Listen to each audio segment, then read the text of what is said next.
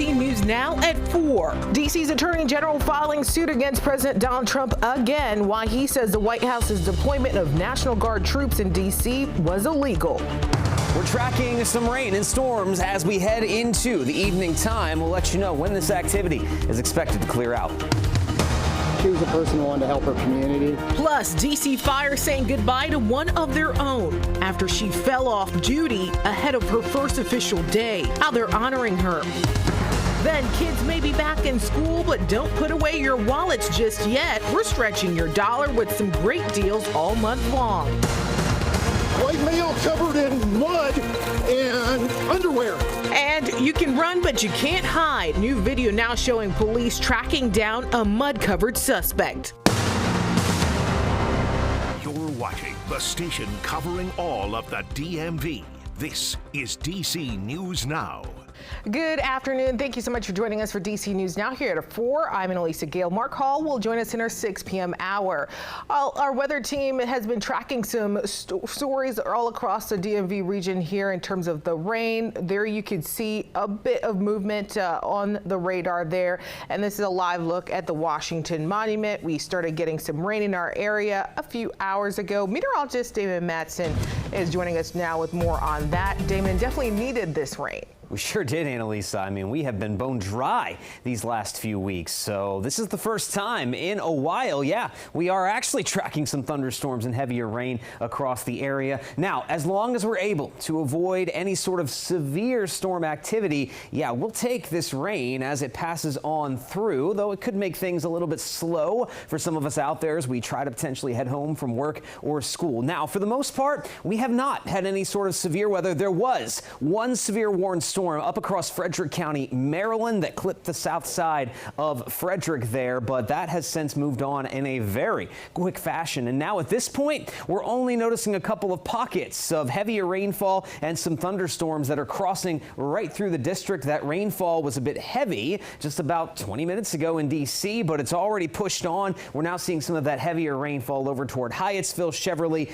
down along toward Forestville, basically on the eastern side of the Beltway. And then as you track down I-95 into parts of Virginia, we're also seeing more of the same with a little bit of that lightning coming down and some of that heavier rainfall. And again, we saw that right near Lorton a bit ago, but now Newington, Franconia seeing that heavier rain, and down toward Dale City in Prince William County, we're seeing some of that as well. So basically that's the gist of it here, folks. We will continue to have some scattered showers and storms. We'll keep our eye open for the potential of 1 or 2 stronger storms, but by the time we hit 8 o'clock, things will already start to quiet down as we head into the night. Now, as we get through this round of storms, when will the next round of active weather get here? We'll have a full look at your forecast coming up in just a bit.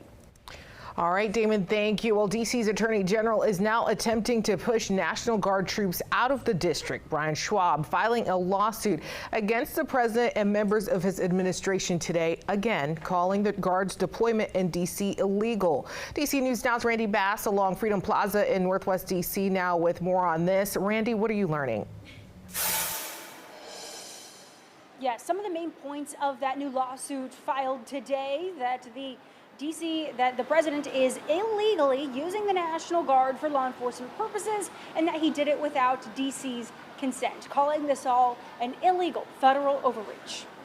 D.C. Attorney General Brian Schwab's latest lawsuit against President Donald Trump comes just a day after some National Guard troops had their orders in D.C. extended through December. The lawsuit also comes a few days before the president's D.C. crime emergency is set to expire. Today, Councilmember Robert White sharing his support for the AG's lawsuit during a prayer vigil at Freedom Plaza. I've been in discussion with the Attorney General. I applaud him and his team for filing this lawsuit.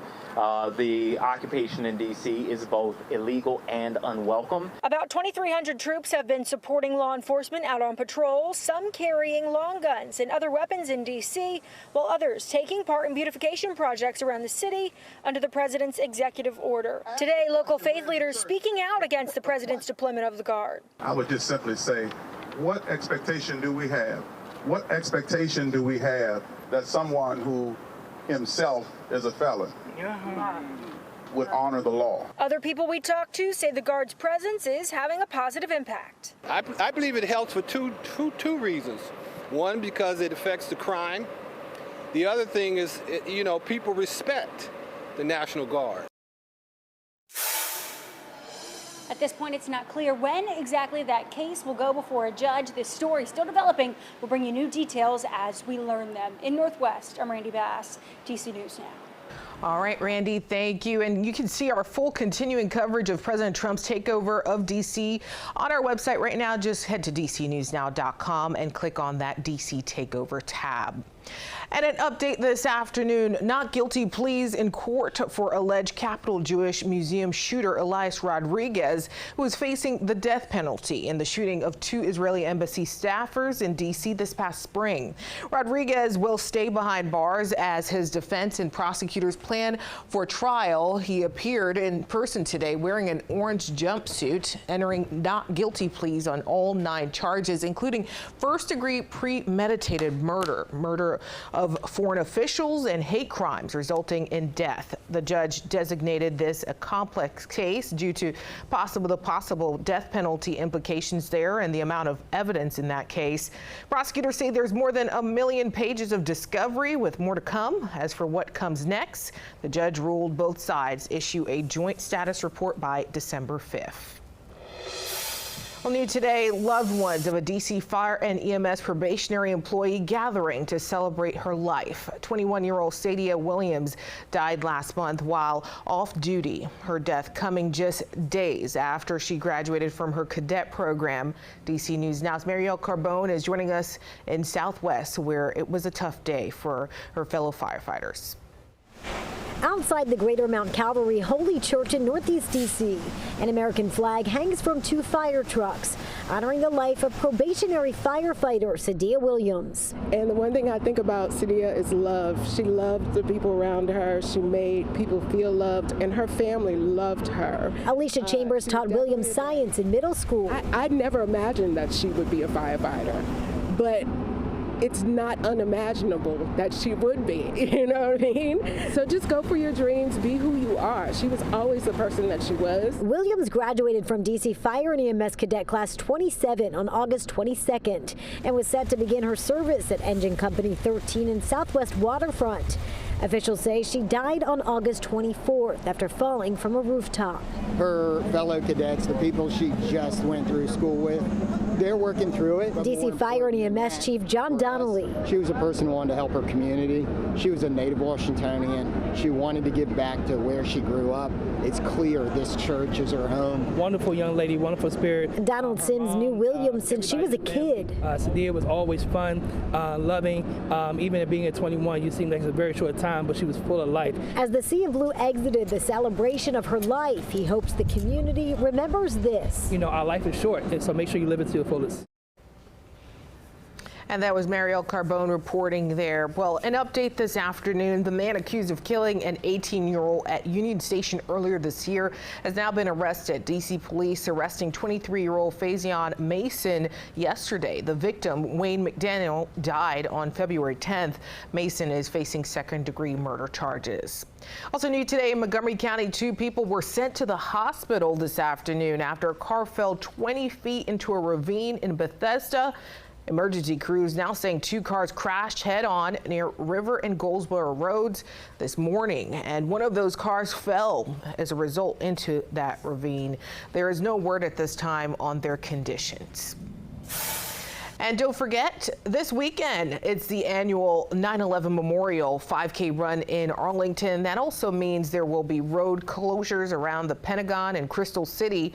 That includes Army-Navy Drive from South Eade Street to South Street. That starts at 3 p.m. And you can find the full list of details there by going to our website, DCNewsNow.com. Well, after months of detours and confusion, the end is in sight for many people who use a busy intersection in Montgomery County. The reason for the detours, the Purple Line construction. DC News Now's Kevon Dupree covers the county for us and tells us when things will be finished. The Wayne Avenue and Fenton Street intersection has been under construction since mid-June. Both drivers and pedestrians have been finding ways to get around it. Soon, they won't have to take a detour. Yeah, it be going crazy, man. Like, I don't even know where I'm supposed to go sometimes, you feel me? Robert Wynn isn't alone. Purple Line construction in downtown Silver Spring has made getting around Wayne Avenue and Fenton Street tricky for months. Some of us, we have to go through the construction to walk. Some of us didn't know where to go at all, so like we'll have to pick another path. And frustrating. We shouldn't have to go all the way around to like get where we need to go, you know? Daniel Morales has had his own challenges. I've jumped over things and gone through things and, you know, I've had to maneuver the work site. That said, he knows it'll be worth it. It's bringing light rail to an area that needs it, and so it's nice to see it actually taking place after so many years. It's been in the books since the mid-'80s, I think. Construction at the intersection is scheduled to wrap up on Monday. It's a relief, you feel me? It's about time they open it up. That'll be nice to see this functional again. The list of work since June here at the intersection includes track installation, stormwater drainage, and sidewalk reconstruction. In Silver Spring, I'm Kevon Dupree, DC News Now. All right, good for them. Thank you, Kevon. Well, still to